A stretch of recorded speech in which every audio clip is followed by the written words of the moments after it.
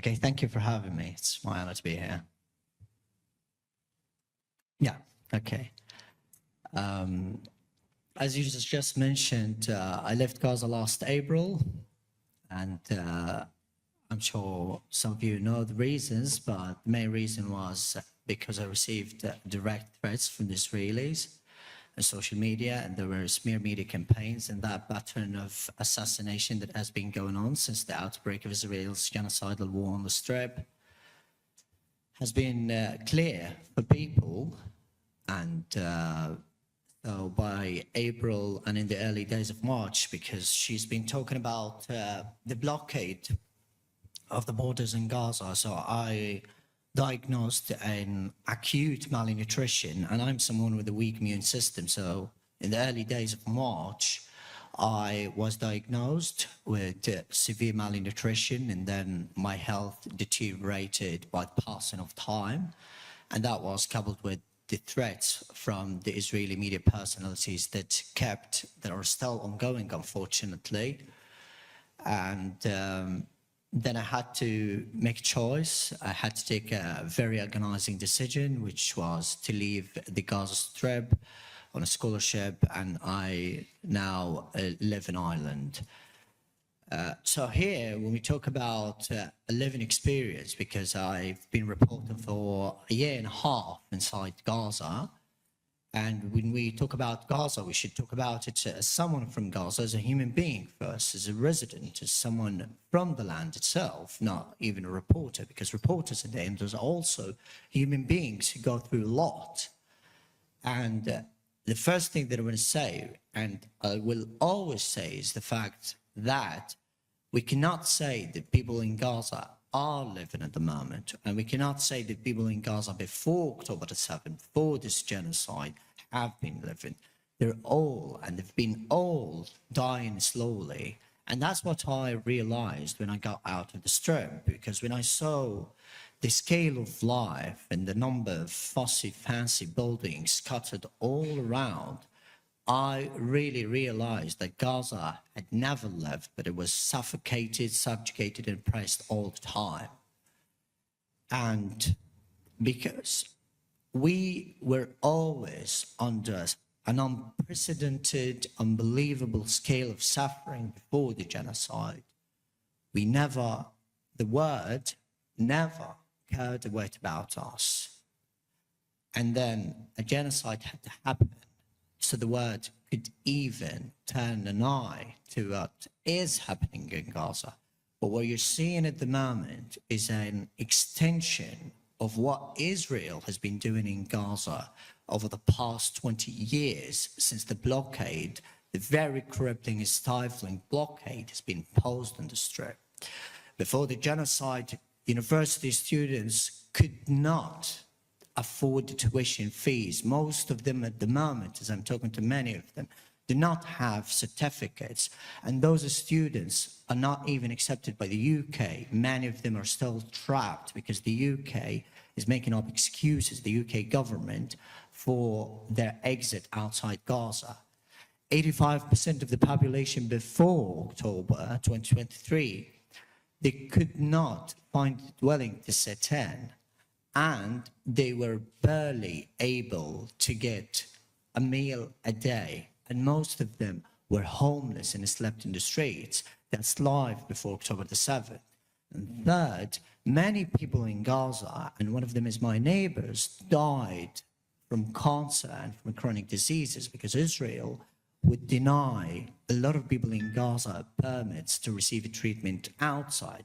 And because there has been a very viral topic about the pre-existing conditions that have led or have played the major role in the deaths from starvation over the course of the past month in particular, these pre-existing conditions were caused by the Israeli occupation, by the Israeli siege.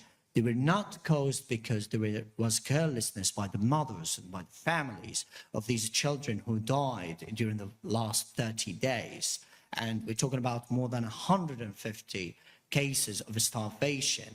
And for adults, and because I have a family still in Gaza and I fear about them all the time, what they are eating, what they're going through goes beyond imagination. We can't even imagine the fact that we are in 2025 and the stockpiles of fall everywhere, and the leftovers that are being thrown in the waste baskets and bins all across Europe, particularly in Ireland and England, where I've been over the course of the past 4 months.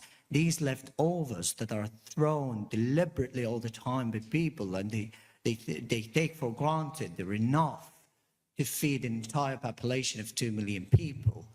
We've reached a point where humanity has been failed by the entire globe. And for children, because I have nephews and nieces, and one of them is Elul, she's 3 years old, and every time I call her, she cries for an egg, and she begs me to bring her an egg, but she couldn't even get it at all. And every time she sees a pen of a watermelon, which represents solidarity with Palestine, she cries for her mother in front of me on a video call asking for watermelon. That's what Israel has caused. And I remember very well when she asked her mother why food is not allowed into Gaza. Why, as a mother, as my mother, can't you bring me eggs and chocolates? And she said, because Israel is blocking the borders. And as an innocent child of 3 years old, she asked her mother to fight and reopen the borders. And another thing about the children, because they are the worst sufferers of this ongoing genocide. When I was in Gaza, children, the neighboring children in front of my house, because Deir al-Balah is at the moment, and before, has been too increasingly overcrowded. We're talking about a 15 square kilometer tiny swathe of land of, before the genocide, 70,000 people. But now we're talking about nearly 1 million people. So the tents would be scattered all over around, and the tents would be dotting all the streets. And for Gaza, and for these children particularly, we see children, they are literally, people at the moment in Gaza, that literally live in the pools of sewage, the pools of accumulative garbage everywhere. That's why we're seeing viral infections. That's why I had contracted with my family numerous times viral infections, hepatitis A virus and severe gastroenteritis, and all these conditions and these viral infections that have been stalking the street for a very long time. And for my neighboring children, for many times in front of my eyes, I would go outside and see on the sand children drawing food in the sand. For example, I need a jar of Nutella chocolate, and they would draw it, and then they would start putting the sand in their mouths. And this is not the only case. This is not the only case. It's one in many. It's one in many, because just a few meters from where I am, there was a child who was selling his own books, his own school books. He was the best student in his class, and he would work day in and day out for many long hours under the scorching sun under the night. So his body would shiver from the cold during the winter in Gaza, and his body would be very spotty and burned because of the scorching sun, because Gaza is a very hot weather all the time.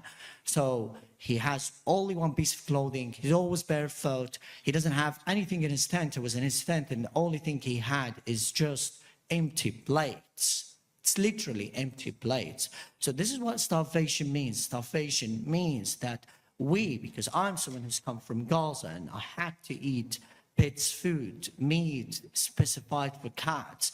And I can assure you that the cats' meat and food that are being sold right now in the markets here is much better than the original food that I used to have in Gaza.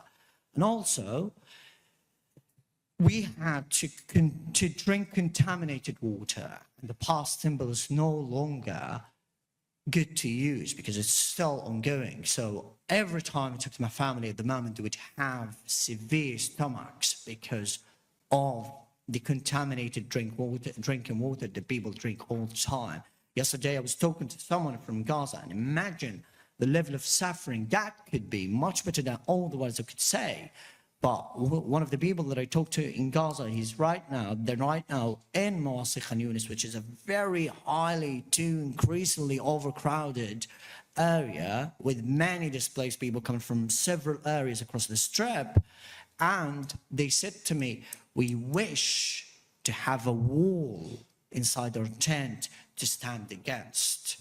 Just a wall inside our tent to stand against. So I just want to tell you in the end that Gaza has never left. And now the suffering has gone beyond, well, beyond imagination. Thank you so much for sharing that with us. Can you just say very briefly, you mentioned that you understood that you're being targeted as a journalist on social media. Can you talk very briefly about the targeting of journalists in the Gaza Strip? And what does it mean that you understood on social media that you're being... First, we've been failed by international media organizations and the committees to protect journalists over the course of the past 2 years. We've been calling on them for a very long time, but our calls have been fallen in deaf ears and blind eyes, unfortunately. And the targeted assassination of journalists has been clear, as I told you, and the reason behind that is that Israel would put up any claims and then they will hunt down any journalist. And the fact that we need to understand is that journalists in Gaza did not have the time to do the so-called secret terrorism that they have. You're seeing journalists posting 24/7 a day. You're seeing journalists working day in and day out. So when would they have the time to do secret journalism? But Israel just wants to make up excuses to target journalists. And that's what has happened with Anas al-Sharif. May God bless him and put mercy in his soul. And that's what has happened with the other journalists before me. But when I faced the threats, my family was afraid, and we knew, and I realized at that time that no one would protect us at all, because we've simply been failed. And that has happened with over 250 journalists. And it's been deliberate, because the press fists in Gaza mark us as a target. They never, ever protect us. And I'm sorry, but Western media has played the most major role in killing journalists in Gaza, and has played the most major role in facilitating the ongoing genocide in Gaza. Had they done their job, this genocide would have been ended, but they will be shamed forever. Just one question from me. Many journalists have died in Gaza. In your experience, are journalists working in Gaza supported by the news gathering organizations that either directly employ them or use them as stringers to provide evidence and information for them? Well, the first thing is that, unfortunately, only the independent media outlets that are very supportive of journalists in Gaza. I work with the Electronic Intifada and Dropside News, which are independent media outlets in the US, and they're very supportive of journalists inside Gaza. But I've been talking with other journalists and media workers on the ground since when I was there, and after I was there, and after leaving Gaza. And unfortunately, I've been horrified by many experiences that happened with them, by the BBC, for example, commissioning them and not paying them. This is first, and other things by Sky News and other media outlets that would redact their names for no clear reason, just to avoid any pressure that they would face, and that, you know, Hamas-affiliated journalists, whatever.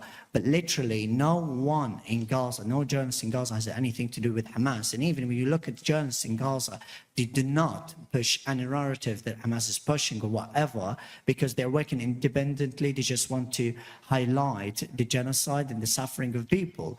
And we know in the end that Hamas is an elected government in the end. So it's a government that we should work. So here, we wouldn't kill journalists for belonging to the Labour Party. We wouldn't kill journalists for belonging to the Tory Party or whatever. So it's the same. But it's all excuses, and the support, and one of the reasons that the support towards Palestinian journalists in Gaza, we've been dehumanized, and we haven't been trusted. People think that we are feigning pain, we're feigning starvation, we're feigning all these feelings. No, we never wanted that. We never wanted war. We never wanted anything. We just wanted to live as human beings. But we want our homeland to be back, that our grandparents have been expelled from, and we want a dignified life. We want a life full of freedom, a life full of life, full of dignity and our human rights. But unfortunately, not only the media organizations, but the human rights associations, the human rights organizations, the international laws, all of them have been shuttered by Israel over the course of the past 2 years. And the Western world has always taught us that, no, we care about human rights, we care about everything, but then we haven't seen anything, because this is what racism and double standards are all about.